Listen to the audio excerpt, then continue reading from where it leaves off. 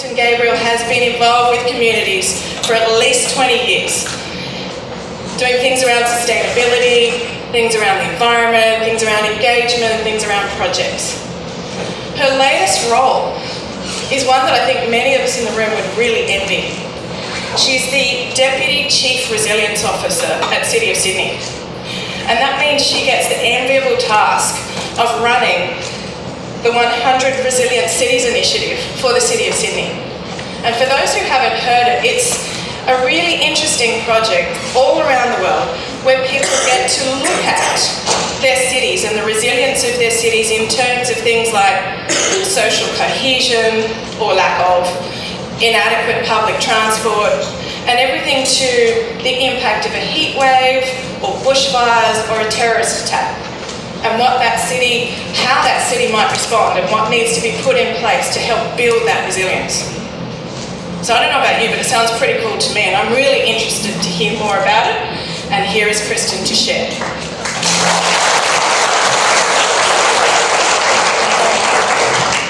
Thank you very much, Kylie. I think that might be one of the coolest introductions I've ever had, actually.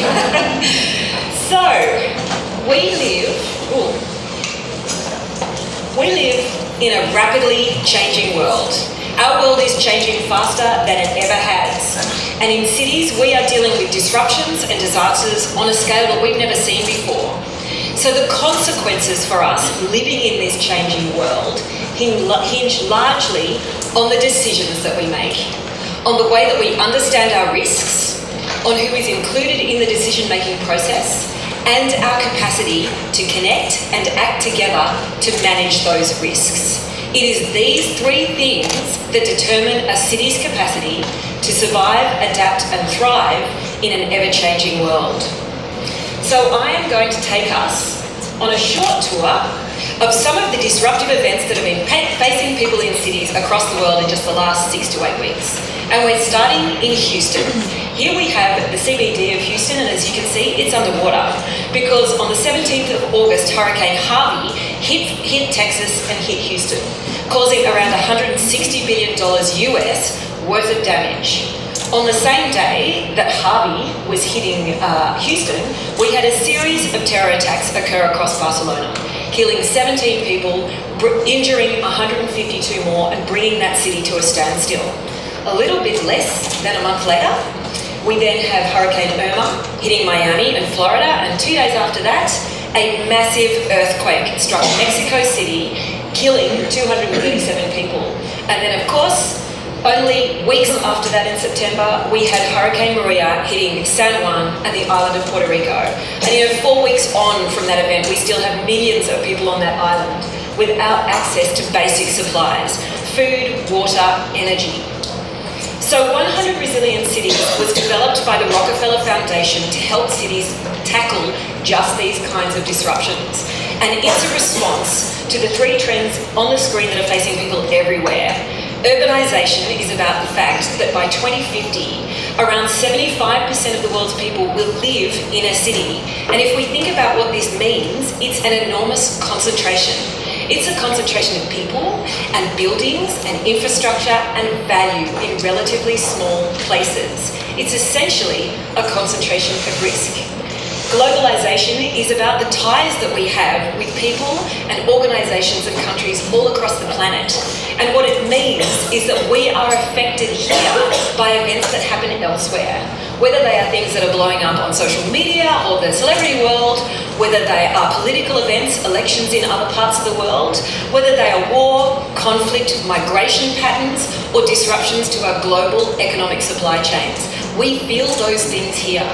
And finally, climate change. You can see from the slides that I've already shown you that when extreme weather events hit cities these days, the scale of destruction is so much more vast than it ever has been in the world's history. So 100 Resilient Cities provides its member cities with support and funding to develop a resilience strategy over the course of 2 years. Sydney is almost up at the 2-year mark. We have secured an ongoing commitment for funding from our steering committee that I'll talk about a little bit later, but we're going to keep going beyond the life of the grant funding. There are now 100 cities in the network. They've come on in 3 waves. Sydney is a second wave city, and the only other city in Australia that's part of the program is Melbourne.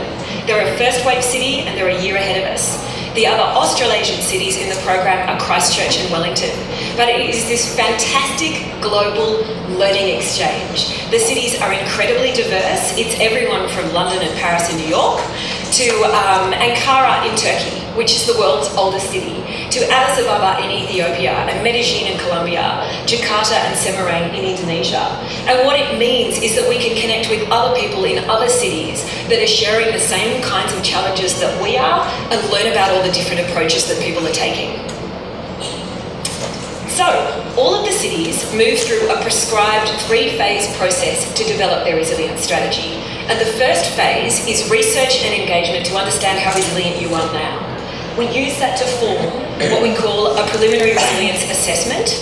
And we also use it to identify the key challenges that our city needs to tackle in order to become stronger.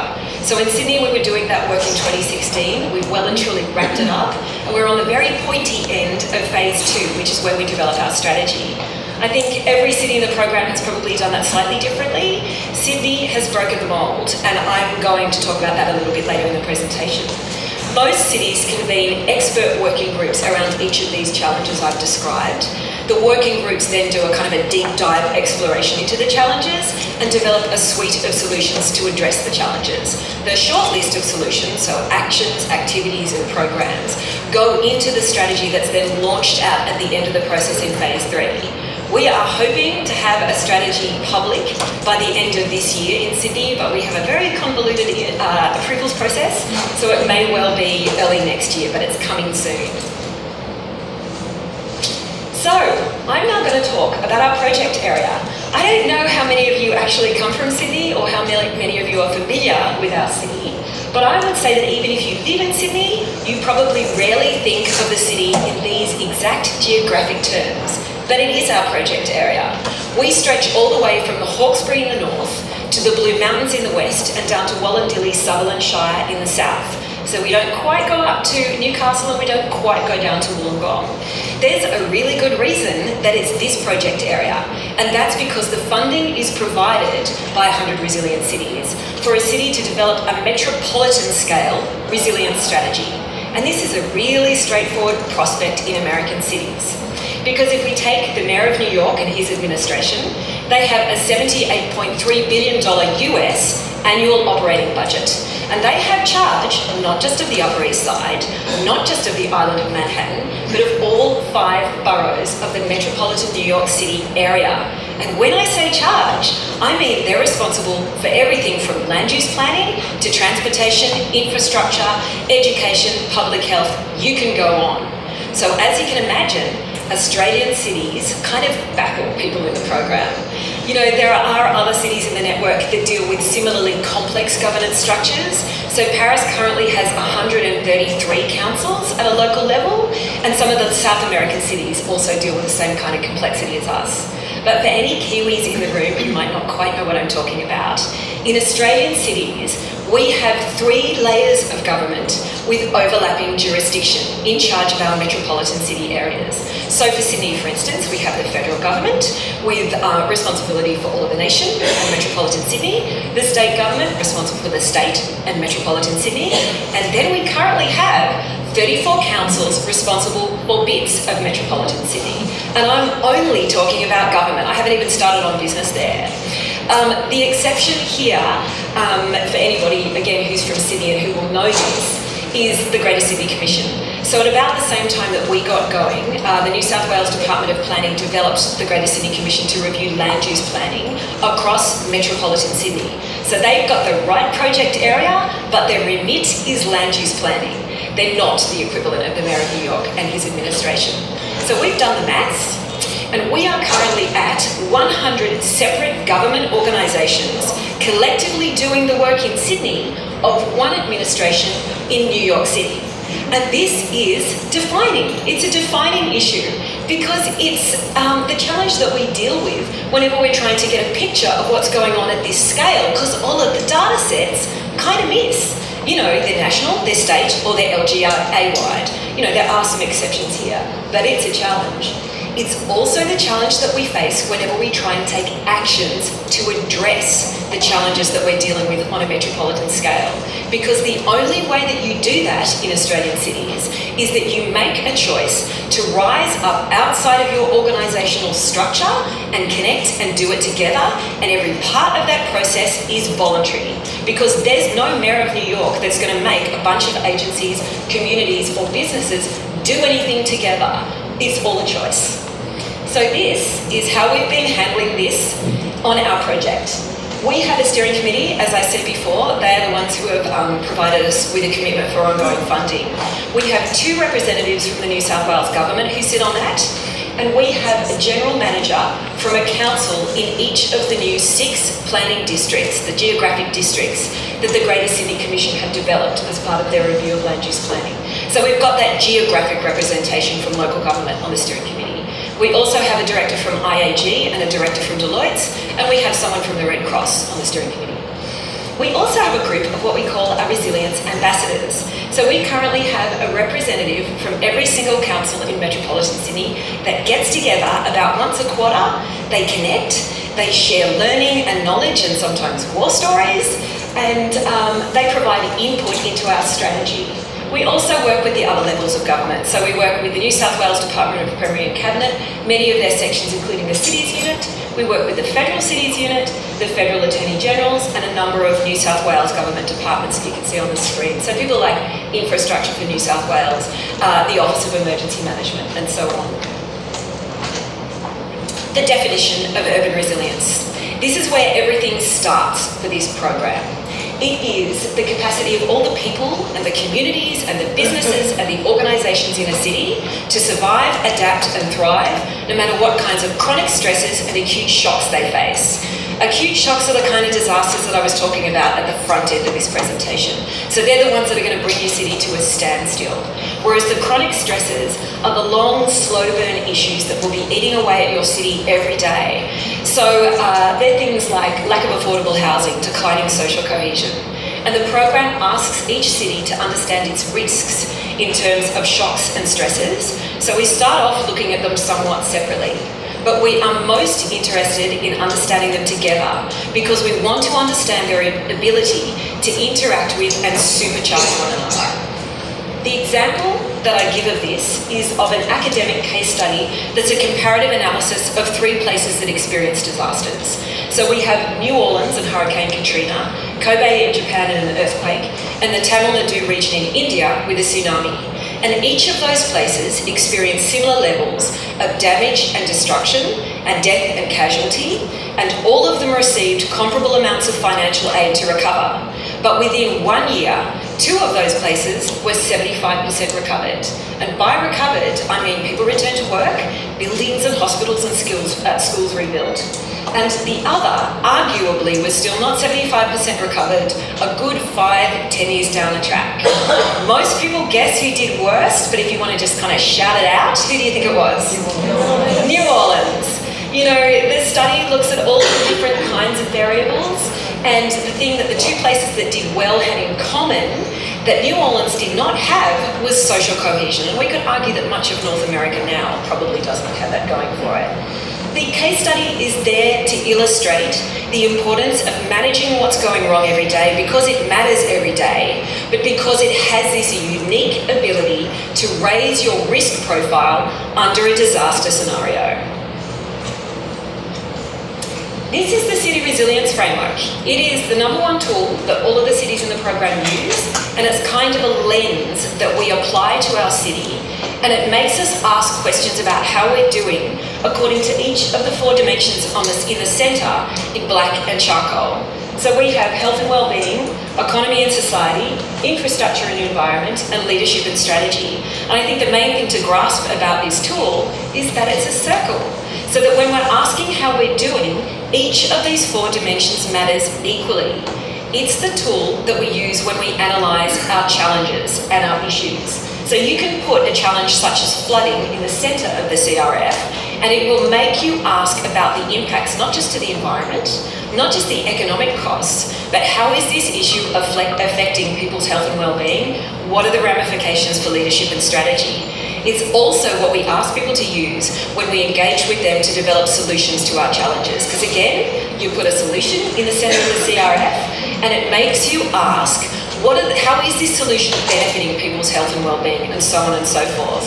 At the very least, it's going to make you consider if there are any unintended negative impacts from your solution in terms of those dimensions.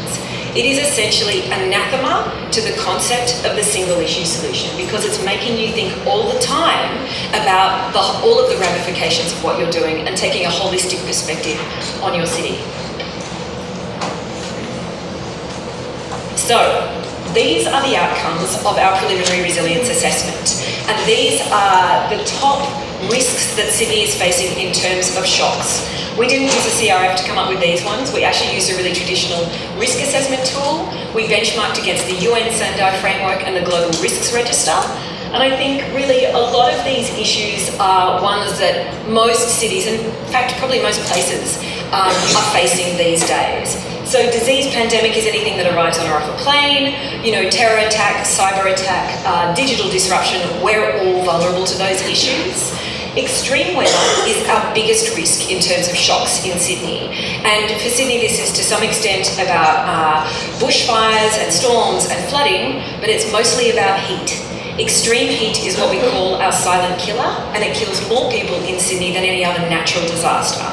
I think financial institution failure is a really interesting one here, because it's about our level of exposure to another GFC type of situation, but it's also about things such as our levels of household debt, because in Sydney, they're amongst the highest in the world, and this is related to lack of affordable housing. Sydney is the second least affordable city in the world. But what it means is that if anything were to go wrong in any of these other bubbles, we have millions of people who are mortgaged to the eyeballs, who are paying so much money in rent that there's very little put aside for a rainy day, let alone a hurricane. These are the stresses that we're facing in Sydney, and again, I'm sure that you are familiar with these in terms of the places that you guys have come with. They face many modern cities. So health services demand is our biggest stress in Sydney, particularly in parts of the city. So in Western Sydney, for instance, there are fewer hospital beds per 100,000 people than in all of the other parts of Sydney combined. And feeding into this are things like, chronic and lifestyle diseases, mental illness, drug and alcohol abuse, and of course the fact that we're an ageing population. Housing affordability I've already covered off. Social cohesion is about a couple of trends that we describe as running in conflict with one another in Sydney. So Sydney is one of the most hyper-diverse cities on the face of the earth. We are more culturally diverse than London or New York, and 39% of us were born overseas, which is where we hit that threshold. But at the same time, the Scanlon Foundation and Monash University roll out a national survey on social cohesion, and in Sydney we are currently looking at declining levels of tolerance for cultural diversity.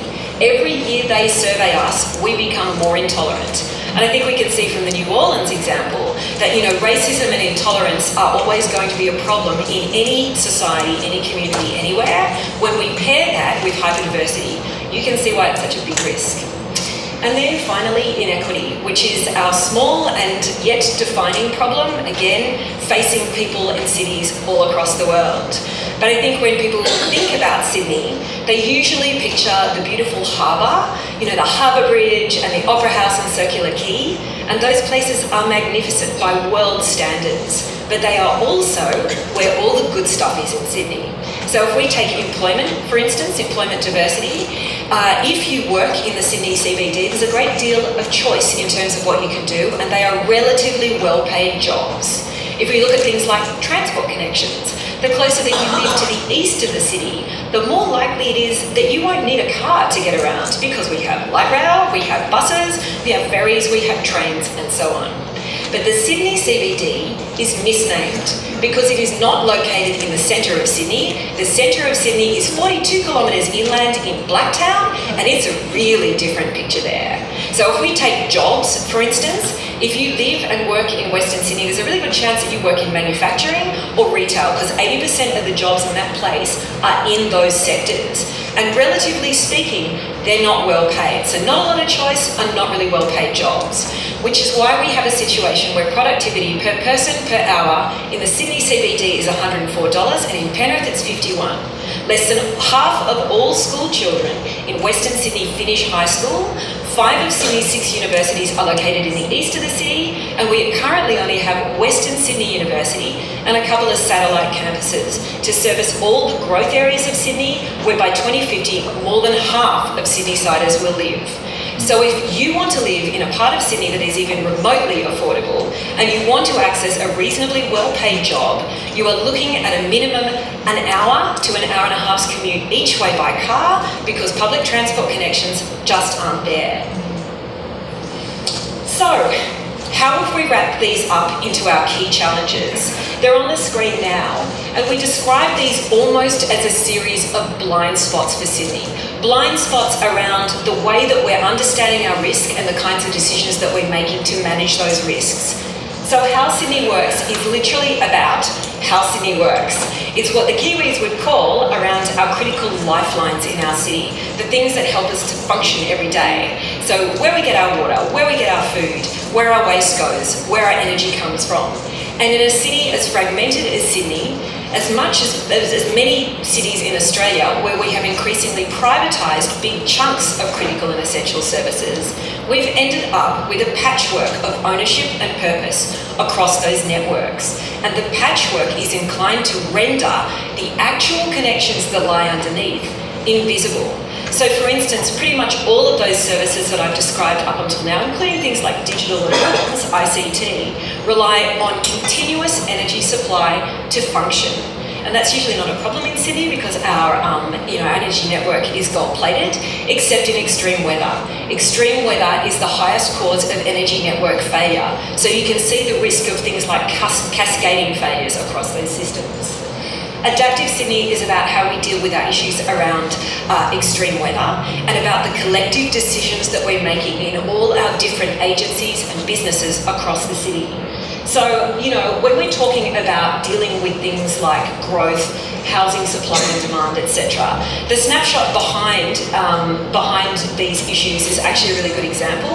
This is a housing development in Penrith, and as you can see, vegetation has been removed and it's been replaced by a whole lot of houses with dark roofing materials. There's of course black bitumen on the roads, etc., and very little vegetation. So that by the time a community member comes along and buys one of those houses, all of the decision making back here has collectively designed a furnace in the hottest part of our city. Because Penrith is 5 degrees hotter than Circular Quay on a really good day in summer.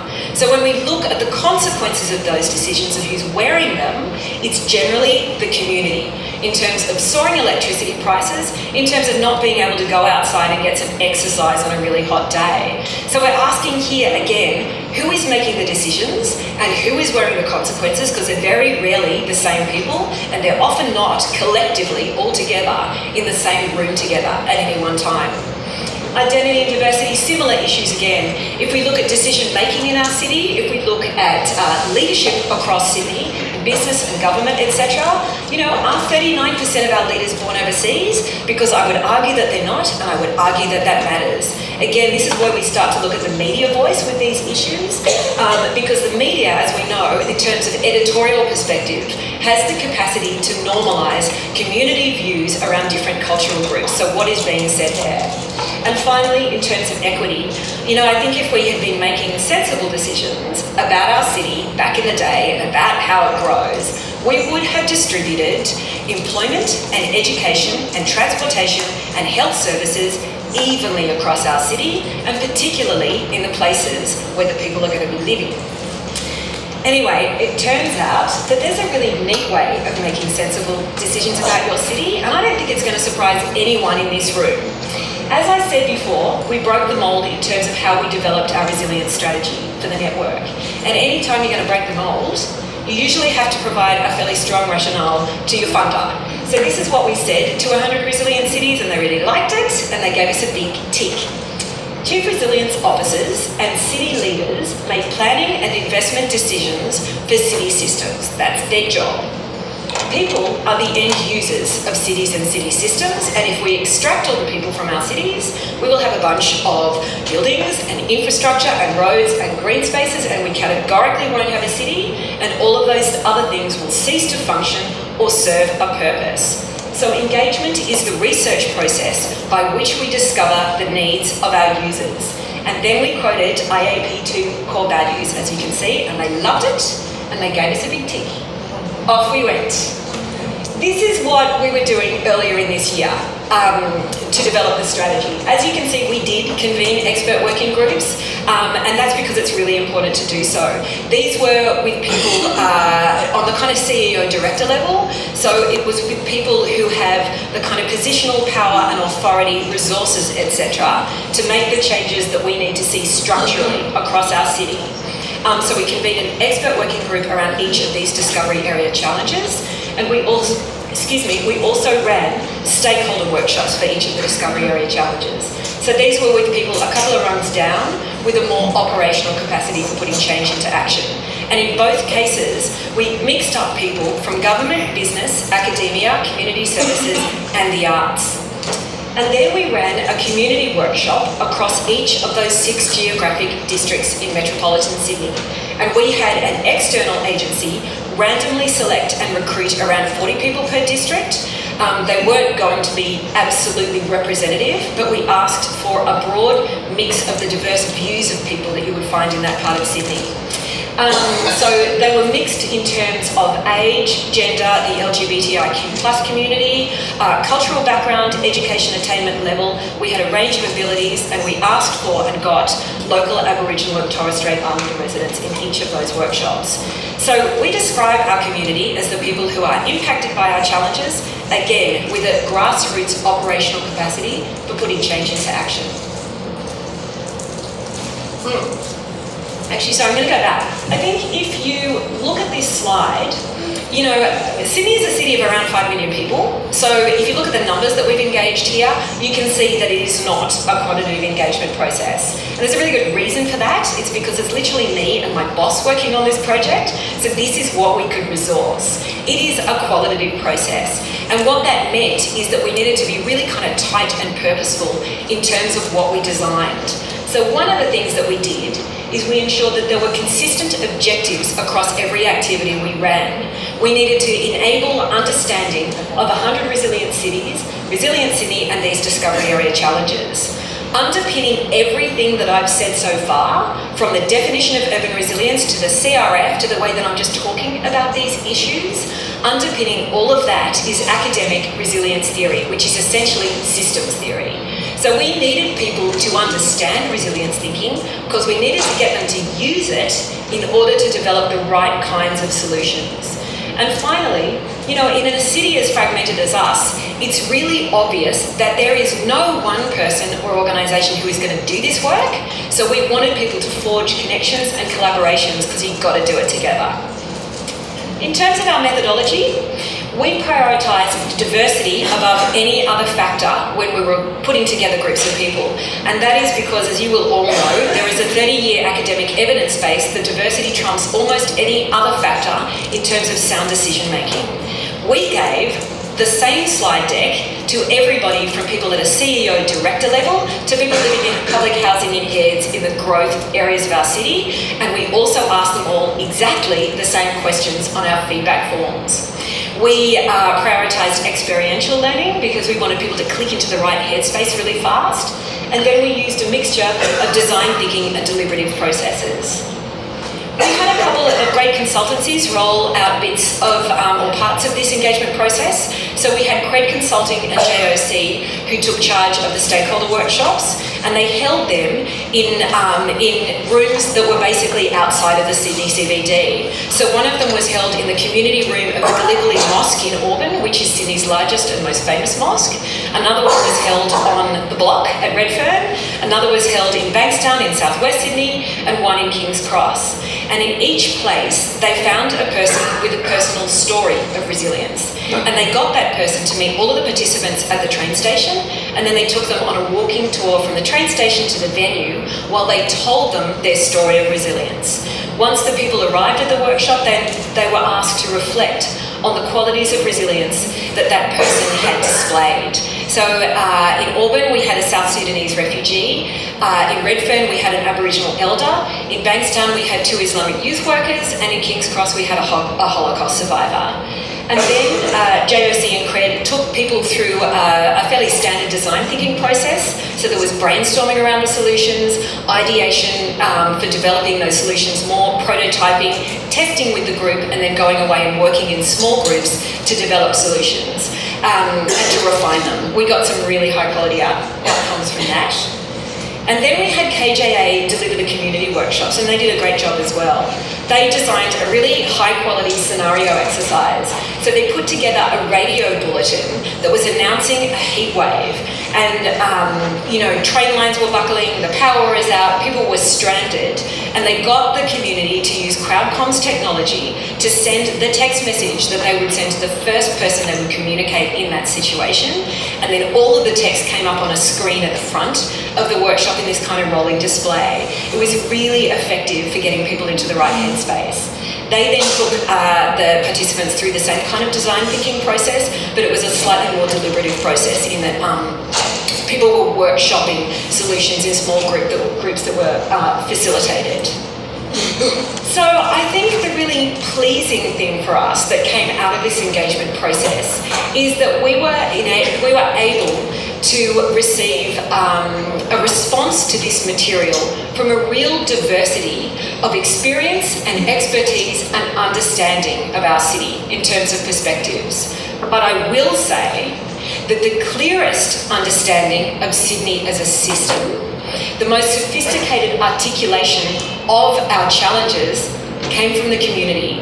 And this is because we were essentially talking to people about their lives. For all groups, for everyone we spoke to, these were the top 4 priorities, no matter where we went. But the community said it really well. So for instance, with governance reform, it turns out that all you need to do is sit in a community workshop in Campbelltown and ask people, how many other kids are in your kids' classroom? Oh, there are 34. What do you do for a living and how far do you travel for work? And you'll find yourself smack bang in the middle of a conversation about governance reform, because people, by and large, don't think that those parts of their lives that are difficult are the product of missteps that they personally took. If I'd only done something differently when I was 20, they see them and they understand them as being the outcomes of choices that other people are making about their city that are shaping their lives. And climate change is another really neat example as well, because we were holding these workshops in the hottest Sydney summer on record, the longest continuous streak of extreme heat days, and we didn't have any polarised debate anywhere about whether climate change was real. All we had were questions about why there has been so much inaction on either side of the political spectrum about adapting and mitigating for extreme weather. Social cohesion is the same. People generally felt close to their local communities and their neighbours, but they were aware and alarmed by the broader fractures that have been opening up across metropolitan Sydney. And universally, people weren't arguing with us about whether the bad day might come, whether disaster might strike, because people generally accept that we live in that kind of world right now. What they felt overwhelmingly is that they did not know what they would do. And that was, quite frankly, a really frightening thought for most people. So these are some of the solutions that our community members developed by district. We got people to vote on their top 3 solutions. They were able to go off and develop many more in their small groups. And I'm not going to go into all of these. They're somewhat phrased differently depending on the wording that people used. But I think what's really significant about these slides and about these solutions is the consistency. Almost everywhere we had people asking about integrating transport, about decentralising economic development and employment, and we had a lot of solutions that were around things like alternative energy and renewables. The vignette that I've been telling people, and it's actually circling the global network right now, is of a group of women who were workshopping the top solution here in the West District. So this was in Penrith, and I came up to their table, and they're sitting around grappling from a lay perspective with a tool that would mandate infrastructure and services every time new housing development was, proposed. And I'm just kind of standing there and I'm like, oh, this is awesome. This is exactly the kind of holistic thinking that we really want to see. It's really dealing with the complexity of the situation. And there's a little old lady standing next to me here, and she goes, oh yeah, well that's because complexity is intuitive. And I'm like, well, yes, I suppose it is. And she said, no, it's intuitive. If you think about us as human beings, we are all made up of DNA. It's all individual, and it winds around in all of us in individual strands in this kind of beautiful symmetry. We start with complexity, so this stuff is easy. And then she just walked off. So, proving the point that I like to make again and again in these presentations about how sophisticated our community really are. So we did an evaluation of this process. We received 270 solutions from this, and 70% of those came from the community. 70% of those addressed more than one dimension of the CRF. So again, holistic thinking. So I guess the final question here is, what does engagement at the next level mean in a city resilience context? I started this talk saying that the way that we make our cities stronger, or the extent to which we make our cities resilient, largely depends on the decisions that we make. And I think if I were to put numbers next to it, I reckon the ratio is something like it's 30% about the hazards that you're facing, and it's around 70% about the way you're managing those hazards and risks. So that's about governance, and it's about decision making. And decision making is basically your area of expertise, and the capacity in a really polarised world to undertake properly inclusive democratic processes is unique. I think we really need to recognise that and congratulate ourselves. The ability to take a challenge or a decision out to a community with the express purpose of collecting as many divergent views as you can possibly find, of collecting that feedback via processes and methodologies that are robust and transparent and designed to reduce bias, and conducting analysis, again, designed to reduce bias, so that you come out with a recommendation that walks the middle ground.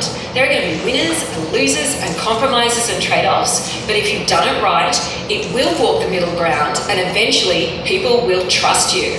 It depends. It all hinges, basically, as we know, on the high ethics and standards we apply to our work. It's about playing a very straight bat, no matter what we're doing, in terms of being neutral and being honest about what we're asking the community or about what we're doing with their feedback, and then being honest again to decision makers. And if we do that right, we then have data. We have insight to the community perspective that not many people have. So, I think the thing about this industry and the work that we do, now having worked on this project, is that we have insights that other people don't. So with Resilient Sydney, I can categorically tell you that the thing that's given us power and our strategy power is the engagement process. It's given us the legitimacy and the authority to go out to people all across Sydney and say, this is what we heard and this is what needs to change, and people can't argue with us. So the question is, how do we use that information and that insight to be a platform for leadership and advocacy for reducing the level of risk that our communities are living with because of the kind of chaotic decisions that we've seen in the past? And our answer to that would be always that you can't do it alone. It's really an industry response. We need to connect and do it together. And this is how we've been doing, final slide, this is how we've been doing it in Sydney. As one of the first steps for the Resilient Sydney strategy, we've been putting together a place-based community engagement network. We currently have 2 chapters. We have a state government chapter of the network, and then we have a local government one. This is the local government chapter on the screen. And we have had a representative from an engagement team from every council that has an engagement team, and they've come together once to share stories, to connect, and to explore things like the place and the value that each of their organisations places on their work, which was an interesting conversation. very consistent and very interesting. Finally, you know, everybody recognised that we're dealing with challenges in our local areas that are really difficult. We'll have communities that are inflamed about lack of infrastructure or services or something going wrong. And often it's a challenge that there's very little we can do about in our local area. And in fact, the place that you would influence the decisions that dictate what are happening locally are on a much broader scale. They're federal, they're state, or they're metropolitan. This group is now committed to obtaining a community response to those big strategic decisions when they happen. So they've been exploring things like throwing in for a statistically valid representative community reference panel, running a great deliberative democracy process when the next big strategic and investment decision happens and they're coming up for Sydney, and then getting a community response that is really hard to ignore. So this is the kind of advocacy that they're exploring. And just finally, to wrap up, as I said before, this is all about what we do together, how we connect, because it's a really difficult thing to make change when we're operating individually in our organisations at the coalface. Really, the only way that you do it is together, because resilience is essentially a team sport.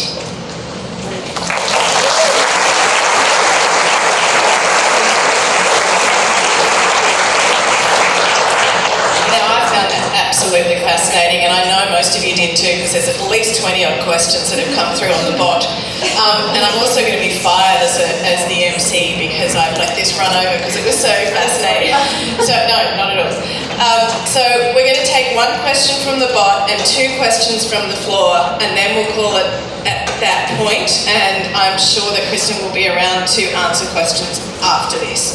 So the first one from the bot is, knowing all the complexity that you now know, and the multiple players, the multiple layers of government, how would you do your engagement differently next time? Yeah, that's a really great question. I mean, I guess we see what we've done in this phase as really the first step.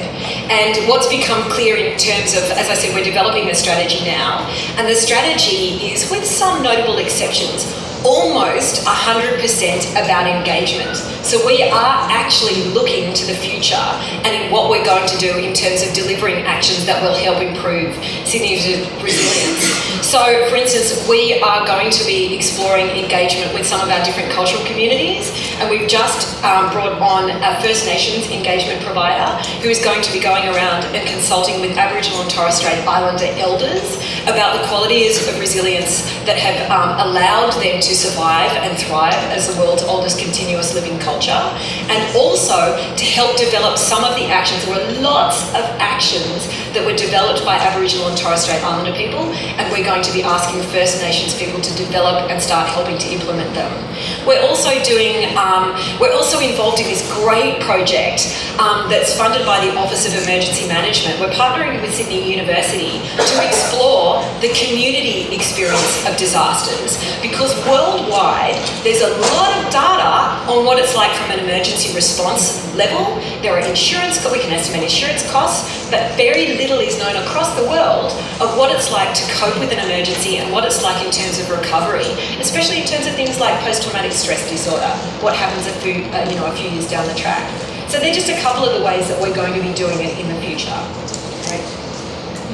So, two short questions from the floor, please. One here.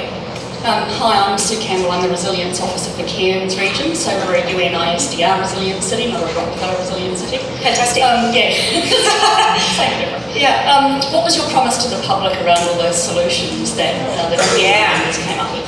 Yeah, good question. Really good question.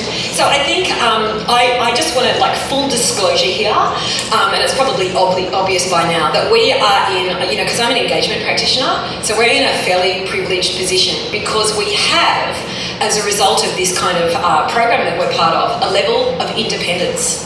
And that means that we walk that tightrope between needing to engage and stimulate kind of collective connections, etc., and also being the independent voice. the people that are able to ask the 5 questions that everybody else is kind of a little bit nervous about asking.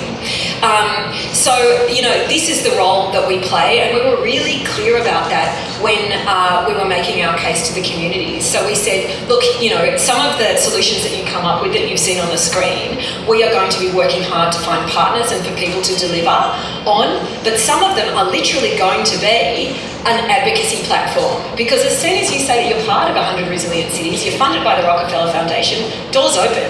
So I was literally standing in front of communities and saying, which doors, this is verbatim, which doors do you want us to open first? Nice position to be in. I know. It's living the dream as an engagement practitioner. Anyway. And our last question? No, we don't have one. Okay, so we may, what we would do, if anyone does have further questions, and anyone who did submit questions through the bot, we will put them to Kristin. Yeah, and she will respond, and we'll share that with you. So thank you, Mosaic Lab. Thank you, Kristin. I ask that you stay where you are. Feel free to stand up, stretch, say hi to someone new whilst we set up here for the next thing. Thanks very much.